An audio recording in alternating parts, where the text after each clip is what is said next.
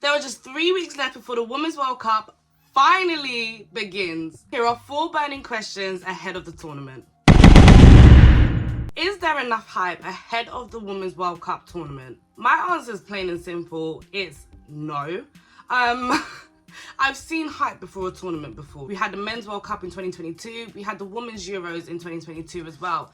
And the kind of buzz and gas around those tournaments, I haven't felt that same way for the Women's World Cup. Let's be real.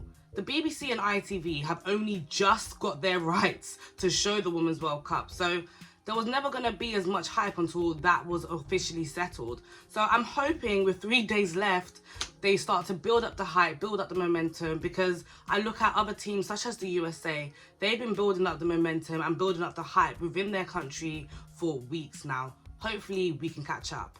Are the USA worthy favourites ahead of the tournament? Well, the answer is plain and simple for this one again, yes. That's what happens when you win back-to-back World Cups with such a strong team. And I look at their team now and I just think it's going to be a tough ask to beat these group of players. However, there is an underdog that I'm looking at thinking you might upset the balance, and that is Germany. Euros finalists last year, they have a lot to prove, and their squad is pretty strong. And I know you was expecting me to probably say England, and I do think they can go the whole way, but with their injuries, I'm not entirely sure. Ironically, the next question is, can England go all the way? If anyone can do it, it's Sarina Wiegman. This woman works miracles. England have so many difficult injuries, especially their captain, Leah Williamson. She's currently out with an ACL. She's their captain, she's their best defender, and I'm looking at it thinking, Christ, we might be in a bit of trouble. Beth Mead still isn't back from injury. She was the Euros top goal scorer last year. But then we've got Rachel Daly to come in, right? The WSL top scorer of this season. And then I look at talent such as Lauren James and I'm thinking, okay, this England squad is still very much so exciting. They can still go all the way.